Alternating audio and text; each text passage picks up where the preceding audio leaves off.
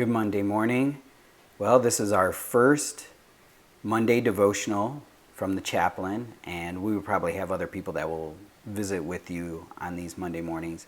But I just wanted to share with you. And so every Monday we are going to do a devotional talk. This first one, I am going to actually talk out of both sides of my mouth. But I'm going to talk about something I'm assuming fairly relevant, which is social distancing. We are definitely in uncharted territory. This is strange for us as a nation and as a school. It's probably scary for some of you. You might be feeling isolated, and it's understandable.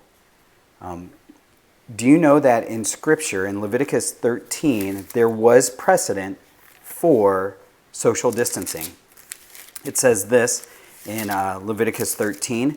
The Lord said to Moses and Aaron, when anyone has a swelling or a rash or a bright spot on his skin, that he may become an infectious skin disease, he must be brought to Aaron the priest or to one of the sons of the priest. The priest is to examine the sore on the skin. And I'm going to go forward just a little bit. It says, if the spot on his skin is white but does not appear to be more than skin deep, and the hair that is in it is not turned white, the priest is to put the infected person in isolation for 7 days. So he would be isolated for 7 days.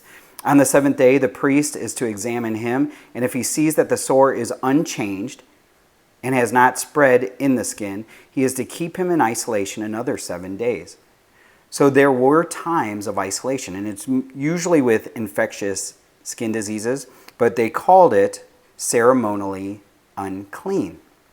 And you notice later on, the Jews took it even further with Leviticus 15 when there were discharges or women were on their menstrual cycles, that they would also be isolated for a small time so that they wouldn't make other things ceremonially unclean. So there is precedent for social distancing to keep the nation safe. But I do think there is a balance to this. I do want to read something from an article that was in the American Psychological Association. So it was citing a national survey in 2018 by Cigna. And over 20,000 U.S. adults were surveyed. And it said that 40% of the survey participants reported sometimes or always feeling alone. And the article says this: such numbers are alarming because of the health and mental health risks associated with loneliness. According to meta-analysis co-authored by Julianne Holt-Lundstadt, PhD, a professor of psychology and neuroscience at Brigham Young University, lack of social connection heightens health risks as much as smoking 15 cigarettes a day or having alcohol use disorder. She also found that loneliness and social isolation are twice as harmful to physical and mental health as obesity. Isolation is harmful. And I do think that's what happened in Scripture, and I think we're in danger of that at times here. And so Jesus, when he comes on the scene, is countercultural to this idea of isolation because he probably realized how harmful isolation can be.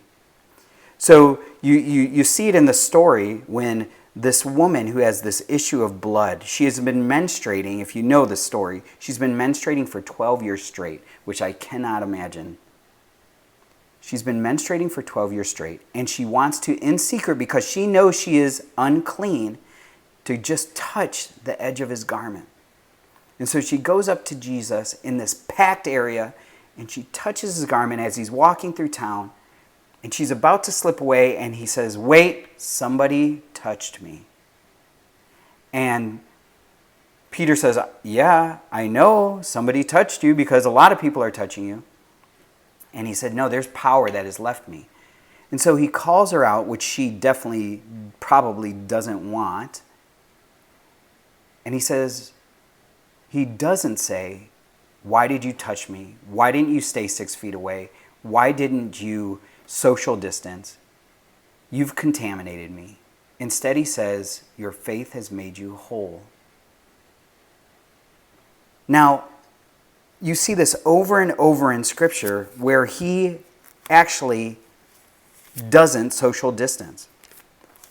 The perfect example to me is in John chapter 5. Because in John chapter 5, now if you were at Vespers a couple weeks ago, you heard this already. But in John chapter 5, he goes to Jerusalem, and he's there at a feast time. And he goes to the pool, the sheep gate pool, or it was near the sheep gate, called Bethesda. And it says here a great number of disabled people used to lie, blind, lame, paralyzed, etc. And they believed that if the water was stirred up, that if they were the first one in the water, they would be healed. Now, I know it says that there was a great number. But what do you think that number is? Okay, so we're in the time of a festival in a very, very busy city.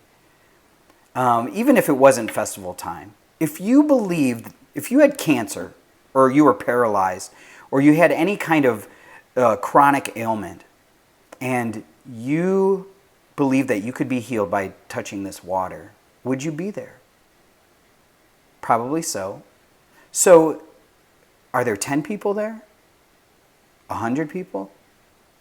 1,000 people? We've traditionally thought of it probably that Jesus had this path, and he took this beeline to this guy who had been sick for 38 years, or who couldn't walk for 38 years. But Jesus probably didn't have that path. There might have been a little path, but he probably had to climb over people who were sick and coughing, maybe vomiting, maybe had gone to the bathroom on themselves because nobody could take them to the bathroom. There was sickness all over. And Jesus is touching all of them to get to this guy. When he should have been social distancing, he came in the midst of sickness. Probably because he believed that the people around them needed to be touched. And he also wanted to heal this guy. So what I'm saying here is not that you should throw all caution aside and not social distance. But what I am saying is that we're going to have to be creative on how to touch people. If people go into isolation, as it says in the article, it is more harmful. It's twice as harmful mentally and physically as obesity. We're going to have to build a new community. We're going to have to reach out to people in creative and new ways and not let this disease kill us, not by the disease, but because we have isolated from each other. So that is your challenge. That is our challenge, to reach out and be in community. Have a good Monday.